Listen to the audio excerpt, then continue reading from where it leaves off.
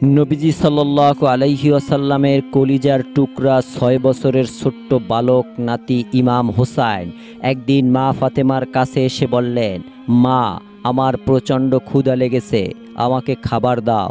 মা ফাতেমা রাদিয়াল্লাহু তাআলা আনহা বললেন, বাবা, ঘরে তো কোনো খাবার নেই, আজ ৩ দিন হলো চুলায় কোনো আগুন জ্বলে না। হযরত হুসাইন রাদিয়াল্লাহু তাআলা আনহু তখন বললেন, ঠিক আছে, তাহলে আমি মসজিদে নববীতে যাই, দেখি নানার কাছে কোনো খাবার পাই কিনা। এই বলে হযরত হোসাইন তার মায়ের কাছ থেকে বিদায় নিয়ে মসজিদে নববীর দিকে রওনা দিলেন। পেছন থেকে ফাতেমা রাদিয়াল্লাহু তাআলা আনহা চিৎকার করে বললেন, বাবা হোসাইন, মসজিদের নববীতে তোমার নানার কাছে গিয়ে কোনো লাভ নেই। তোমার নানাও ৩ দিন ধরে অনাহারে মসজিদে নববীতে বসে আছেন।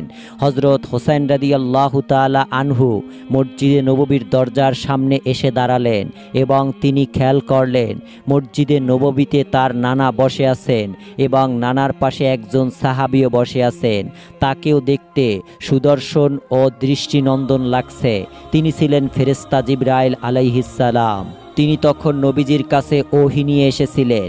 যখনই নবীজির কাছে ওহী নিয়ে আসতেন, সাধারণত সাহাবীর রূপ ধরে আসতেন। হোসাইনকে মসজিদের দরজায় দাঁড়িয়ে থাকতে দেখে বিশ্বনবী কাছে ডাকলেন। ছোট্ট দূরত্ব পেরিয়ে হোসাইন নবীজির কাছে গিয়ে তার দাড়ি মোবারকে হাত বোলাতে বোলাতে বললেন, ও নানা, আমার খুব ক্ষুধা লেগেছে, আমাকে কিছু খেতে দাও না। নবীজি তখন অসহায় ও চিন্তিত অবস্থায় বললেন, হোসাইন, গত ৩ দিন ধরে আমিও কিছু খাইনি, আমিও তোমার মতো না খেয়ে আছি, আমি তোমাকে কোথা থেকে খাবার দিব নানা? ঠিক তখনই ফেরেশতা জিবরাইল আলাইহিস সালাম ওহী নিয়ে নবীজির কাছে বসলেন। ৬ বছরের ছোট্ট হোসাইন ভাবলেন, এটা আমার নানার সাহাবী। তিনি জানতেন না যে তিনি একজন ফেরেশতা। হোসাইন জিবরাইল আলাইহিস সালামের চাদর খুলে তার কোলের উপর বসলেন এবং বললেন, তুমি আমার নানার সাহাবী, তাই না? আমি দেখি আমার নানার যত সাহাবী আসে তারা কিছু না কিছু হাদিয়া নিয়ে আসে, কিন্তু তুমি প্রায়ই আসো, কিছু বিড়বিড় করে বলো, তারপর আবার চলে যাও। কোনো দিনও তোমাকে দেখি না কিছু আনো। আজ আমি তোমার কোল থেকে নামব না যতক্ষণ না তুমি আমাকে কিছু খেতে দাও। এই বলে হযরত হোসাইন রাদিয়াল্লাহু তাআলা আনহু জিবরাইল আলাইহিস সালামের কোলের উপর বসে পড়লেন। এই দৃশ্য দেখে হযরত মুহাম্মদুর রাসূলুল্লাহ সাল্লাল্লাহু আলাইহি ওয়াসাল্লাম চিন্তিত হয়ে পড়লেন। কি করবেন বুঝে উঠতে পারছেন না। হযরত হোসাইনের কথা শুনে নবীজি বললেন, ওর কাছে কোনো খাবার নেই, তুমি আমার কাছে আসো। নবীজির এই কথা শুনে হোসাইন বললেন, না না, আমি আজ তোমার কাছে যাব না, আমি এই সাহাবীর কাছ থেকে খাবার আদায় করব। এই কথা শুনে নবীজি আরও চিন্তিত হলেন। ভাবলেন, এ তো ফেরেশতা জিবরাইল আলাইহিস সালাম, আল্লাহর বিশেষ দূত। যদি হোসাইন রাগ করে আল্লাহর উপর কিছু বলে ফেলে। হোসাইন আবারও বললেন, সাহাবী, তুমি কি আমাকে খাবার দেবে না? আমি ৩ দিন ধরে কিছুই খাইনি।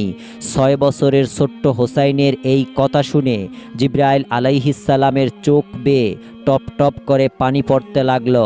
তার অশ্রু নবীজির দাড়ি মোবারকে পড়ল। তখন জিবরাইল আলাইহিস সালাম আল্লাহর কাছে বললেন, হে মাহবুব, তুমি আমাকে এমন পরীক্ষায় ফেলছো, তুমি তো ফেরেশতাদের খাবার খাওয়াকে হারাম করে দিয়েছো। আমি তো জানি না খাবার কি, কেমন করে খেতে হয়। এখন তোমার বন্ধুর নাতি হোসাইন আমার কাছে খাবার চাইছে, আমি কি করব? আল্লাহ রাব্বুল আলামিন তখন বললেন, হে জিবরাইল, তুমি কোনো চিন্তা করো না, আমি আমার কুদরতে জান্নাত থেকে একটি আঙুর তোমার জুব্বার ডান পকেটে রেখে দিয়েছি। তুমি বিসমিল্লাহ বলে হাত দাও, সেখানে আঙুর পাবে, সেই আঙুর হোসাইনের হাতে তুলে দাও। আল্লাহর এই নির্দেশ শুনে জিবরাইল আলাইহিস সালাম তার ডান হাত পকেটে হাত দিয়ে আঙ্গুর বের করলেন এবং হযরত হোসাইনের হাতে তুলে দিলেন। হযরত হোসাইন রাদিয়াল্লাহু তাআলা আনহু আঙুর হাতে নিয়ে নবীজিকে বললেন, নানা দেখো, তোমার এই সাহাবী কত বড় কৃপণ। আমি ক্ষুধায় কষ্টে এখানে এসেছি, তার কাছে বহুবার চেয়েছি, তবুও সে আমাকে কিছুই দেয়নি। শেষে দেখি তার পকেটে আঙুর লুকিয়ে রেখেছে। কি কৃপণ সাহাবী তোমার! হোসাইনের এই কথা শুনে নবীজি আরও চিন্তিত হলেন। ভাবলেন, না জানি আমার আল্লাহ রাব্বুল আলামিন রেগে যান কিনা।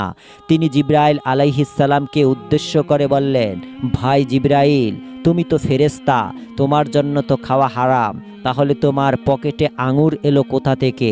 তখন ফেরেশতা জিবরাইল আলাইহিসসালাম চোখের ইশারায় রাসূলুল্লাহ সাল্লাল্লাহু আলাইহি ওয়াসাল্লামকে বললেন, আল্লাহ রাব্বুল আলামিন জান্নাত থেকেই আঙুর আপনার প্রিয় নাতি হোসাইনের জন্য পাঠিয়েছেন। তখন হযরত হোসেন রাদিয়াল্লাহু তাআলা আনহু আঙুরগুলোকে 3 ভাগে ভাগ করলেন। এক ভাগ রাসূলুল্লাহ সাল্লাল্লাহু আলাইহি ওয়াসাল্লামের হাতে দিলেন, এক ভাগ ফেরেশতা জিবরাইল আলাইহিসসালামের হাতে দিলেন এবং এক ভাগ নিজের কাছে রাখলেন। তিনি তখন বললেন, আমার নানা ও সাহাবী, তোমরা দুজনেই আমার মুরব্বী, তোমরা দুজন আগে খাবার গ্রহণ করো, তারপর আমি খাবো।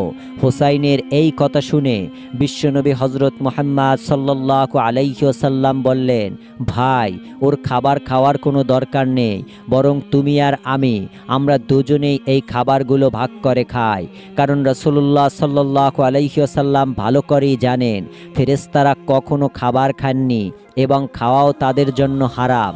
আল্লাহ রাব্বুল আলামিন সমস্ত ফেরেশতাদের জন্য খাবার খাওয়া হারাম করে দিয়েছেন। কিন্তু হযরত হোসেন রাদিয়াল্লাহু তাআলা বারবার বলতে লাগলেন, তোমরা দুজন আমার মুরব্বী, তোমরা যদি না খাও তাহলে আমি এই আঙ্গুর খাইব না।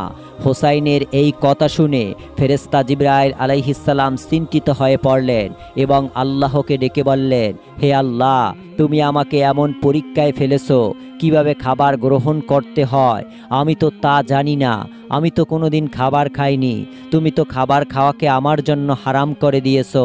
সঙ্গে সঙ্গে আল্লাহ রাব্বুল আলামিন আরশে আজিম থেকে বললেন, হে ফেরেশতা জিবরাইল, তুমি কোনো চিন্তা করো না, আমার প্রিয় বন্ধু, আমার প্রিয় হাবিবের কলিজার টুকরা নাতি হোসাইন বায়না ধরেছে, তোমাকে খাবার খেতেই হবে। আমি তোমাকে অনুমতি প্রদান করলাম, তুমি আঙ্গুরটা ছিঁড়ে মুখে দাও, বাকিটা আমি নিজে দেখে নেব।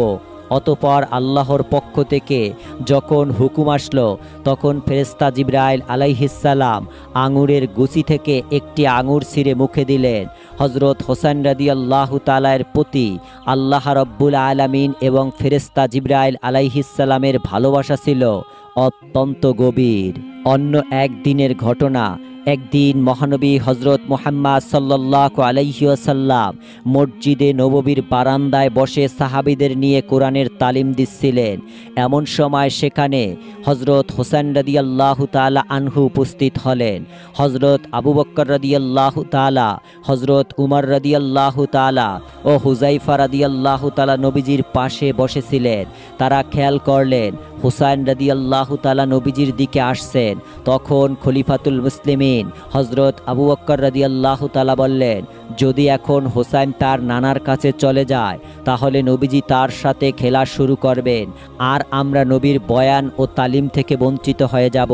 তিনি হুযাইফাকে অনুরোধ করলেন হোসাইনকে কিছুক্ষণ আটকানোর জন্য।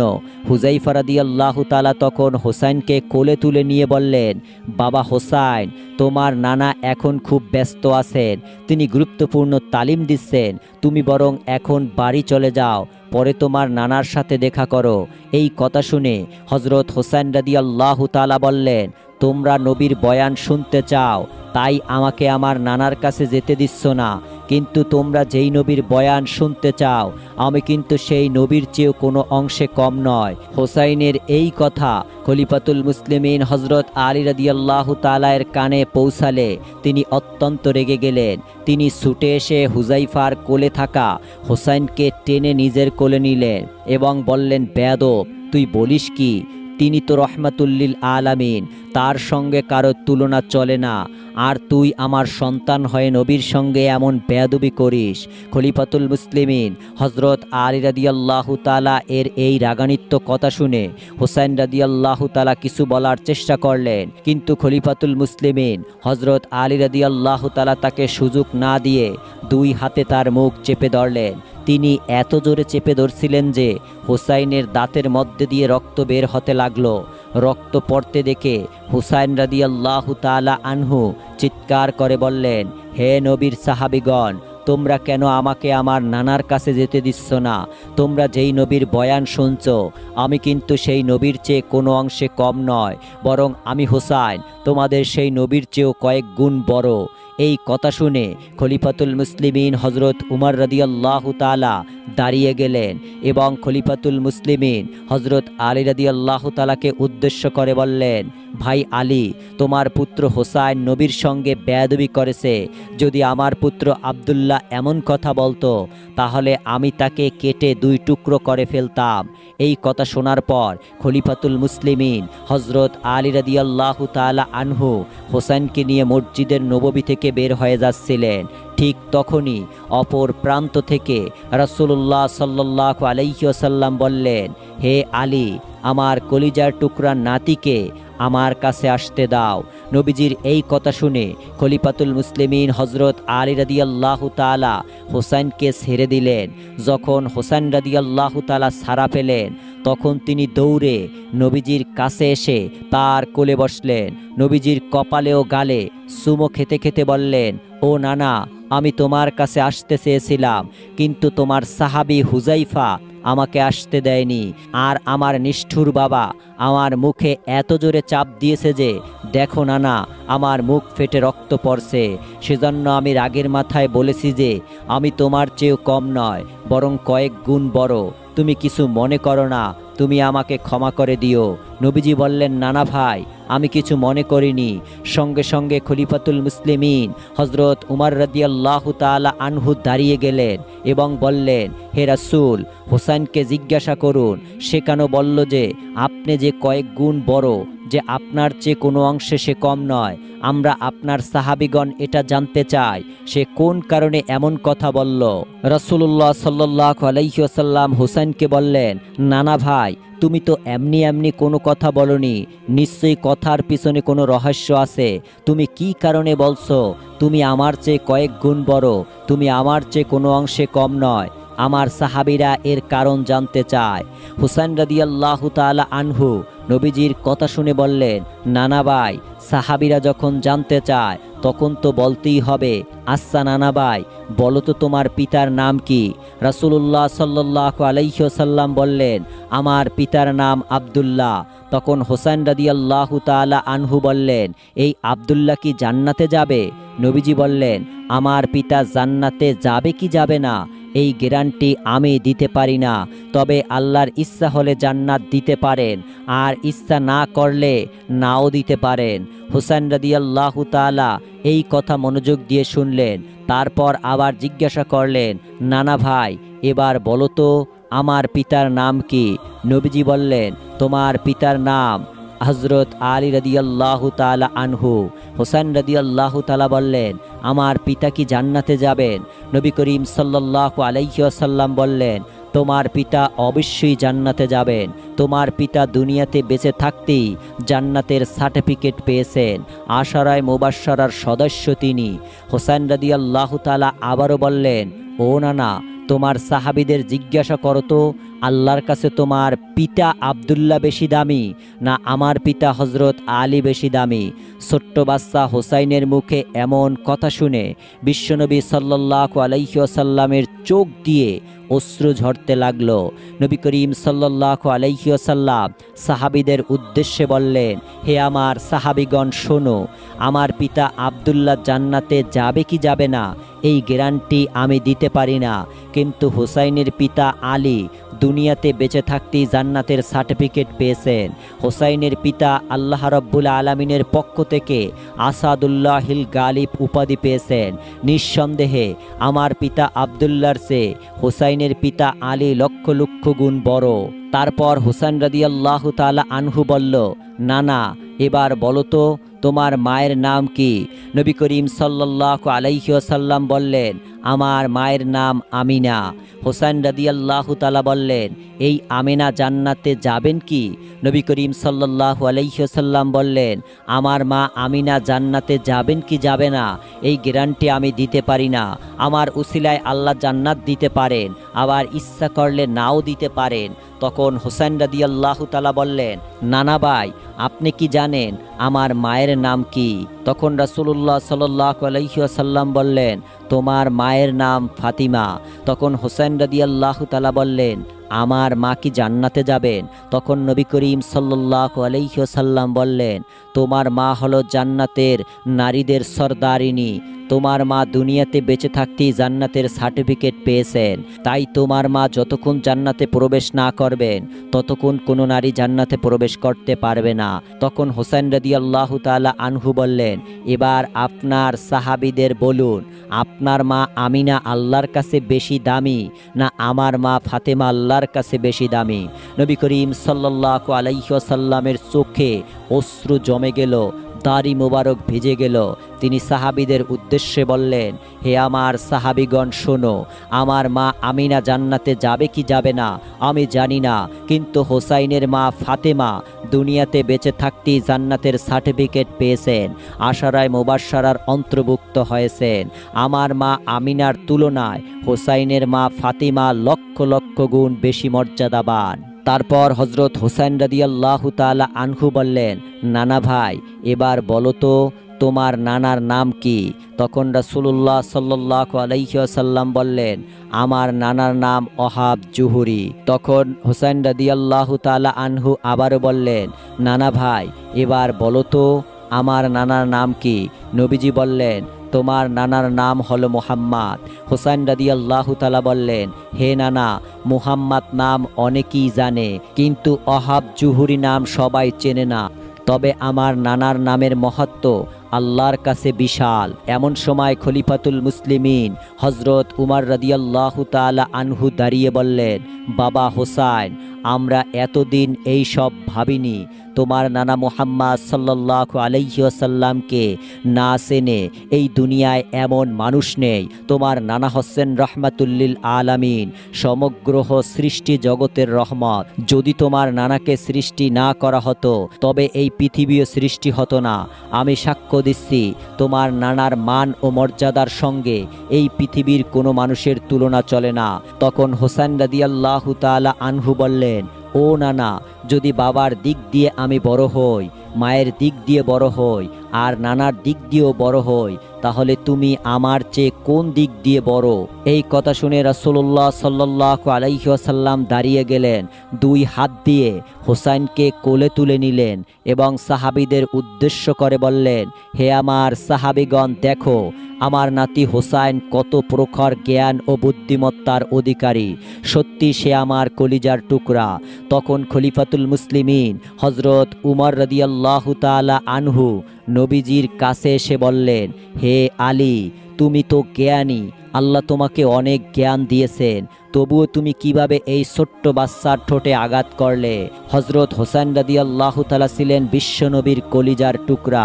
তার দেহের এমন কোনো জায়গা ছিল না যেখানে নবীজি চুম্বন করেনি। নবীজি তাকে অত্যন্ত ভালোবাসতেন, সাহাবীরাও তাকে প্রাণ দিয়ে ভালোবাসতেন। কিন্তু সেই প্রিয় নাতিকে, সেই মহান মানুষটিকে কারবালার ময়দানে নিষ্ঠুরভাবে হত্যা করা হলো। মুসলমান হিসাবে আমাদের সকলের উচিত সেই নিষ্ঠুর ঘটনার জন্য গভীর বেদনা অনুভব করা, শিক্ষা নেওয়া এবং সত্যের পথে অবিচল থাকা। তাই প্রিয় দর্শক, আসুন আমরা রাসূল সাল্লাল্লাহু আলাইহি ওয়াসাল্লামের আদর্শে এবং রাসূল সাল্লাল্লাহু আলাইহি ওয়াসাল্লামের নাতি হযরত হোসেন রাদিয়াল্লাহু তাআলা আনহুয়ের আদর্শে আমাদের নিজেদের জীবনকে গড়ি এবং সুন্দরভাবে পরিচালনা করি।